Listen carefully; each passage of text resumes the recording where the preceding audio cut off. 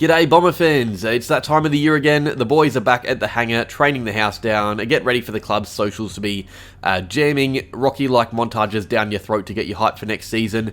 It is a great time of the year, to be fair, seeing footy start to be played again, but as good as it is, it makes you feel like crap because here I am sick from work, pizza in one hand, TV remote in the other, on the couch, seeing clips of blokes running more in one day than I have in years. This is why I post footy videos and don't go out and play myself, so Essendon welcome back their first to fourth year players to train with the club today. It's mandatory for guys in that range, the younger boys, the rookies.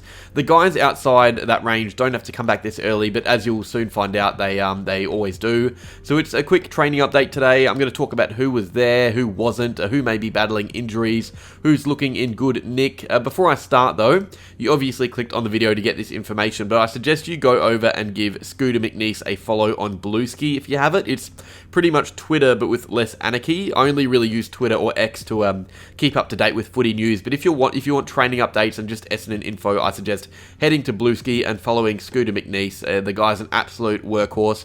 And also, I suggest checking out the Lunchtime Catch-Up podcast as well. That is essential view or essential listening for Essendon fans. And if you want training photos, regular training photos, the ones that I use in this video today, check out Charlie Dons or the Caddy Shack on X or Twitter. I'll leave the handles for both those accounts in the description below. Just two great Essendon fans, must-follow accounts in my opinion. Alright, so as I said, first to fourth year players returned to the club yesterday. This is everyone from the guys drafted last year in Archie Roberts, Nate Caddy, Luman Lawal, Big Vigo, and then you got up to the 2020 draft, so those guys, they got to attend. There's no annual leave for them. Everyone else is excused, but they are welcome to attend if they want. And usually you get a group of players in there with the younger blokes, and that is what we got. We got a better turnout for day one than I expected, to be honest, especially because there was a wedding for Jaden Laverty in Bali only, it feels like less than a week ago, I reckon. And many of the boys that were at the wedding came out to training as well. So it should be said, ideally you turn up to these sessions, but it's fine to miss, especially if you're an injury-prone player or an older player. So guys like Goldstein, Mackay and Shield, them missing out I don't really have a problem with, as long as they come back to training and are in shape for the new year. These sessions are pretty hot, they're a lot of work, and I don't think walking frames are allowed this early, so Todd Goldstein wouldn't have been included anyway. Some of the guys that did attend that didn't have to, you got the captain and vice-captain, Merritt and McGrath. You got Jordan Ridley, Sam Draper, Jai Caldwell. I don't think Nick Martin had to be there because he's roughly the same age as Harry Jones as well. Not 100% sure how it works for those mature-aged options. Let me know down below if you do. But yeah, you had a group of guys attend day one that didn't need to. Obviously, that is good, but it's also very common across the competition. This isn't an Essendon-only thing. Every club has this, so praise them, but it's not like we're doing anything groundbreaking. I'm sure in the coming days we'll see more and more players return as well. So these sessions are usually pretty hot to start. They're skill and fitness based. You'll see, especially under the sun, they get pretty hard. Group fitness, so we have a few boys not going at 100% right now, which is understandable, and some that didn't attend probably due to surgery recovery. So guys like Langford, Dersma, I think they had off-season procedures, maybe even Shield.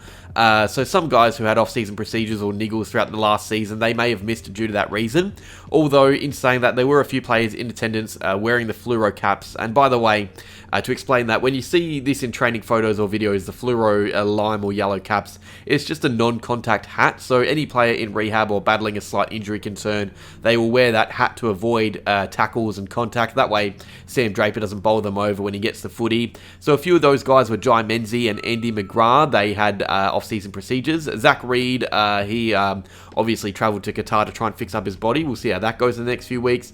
Those three were wearing the hats, and Nick Cox was sitting out training drills as well. So there are a few guys not 100%. That's fine. It's only really an issue if you got guys participating in pre-season, not participating in pre-season training after Christmas.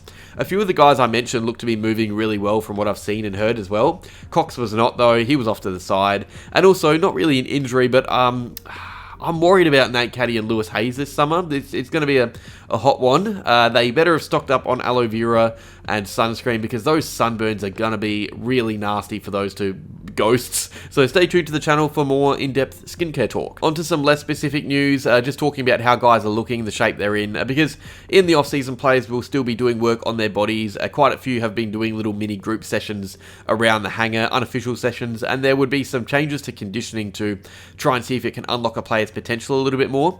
For example, Nick Martin looks a little bit bigger in size based on photos. I wonder if that can maybe mean it brings him into the midfield role potentially, because remember that was happening with Sam Durham this time last year.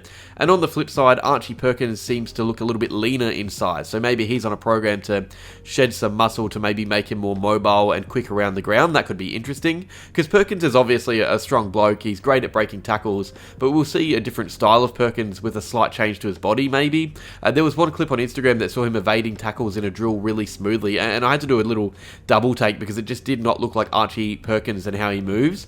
Early days, maybe we're seeing that change already have an impact. For better or worse is yet to be seen, but I like that things are being trialled a bit. I don't know how much it looks, Sartas and Hayes, it looks like they may have put on a tiny bit more muscle as they come into their third season, and maybe it's just photos, but Durham could have slimmed down ever so slightly as well. That one's a little bit less noticeable, but let me know if you were at training, because I'm just going by images and clips and word of mouth. So if you're witnessing the session, let me know if you've noticed anything different about the boys. That is all though, quick little training update. Cheers for watching. Again, make sure you go check out Charlie Dons and Scooter McNeese. These are the guys that you need to be following in the next few months. Stay tuned for more videos. I got some draft content coming out this week. As soon as I'm feeling better, I'm going to film longer profiles on Isaac Kako and Jaden Ewan. So expect those to come out later in the week. That is all for now though. Like if you enjoyed, subscribe if you're new to the channel, and as always, go Bombers.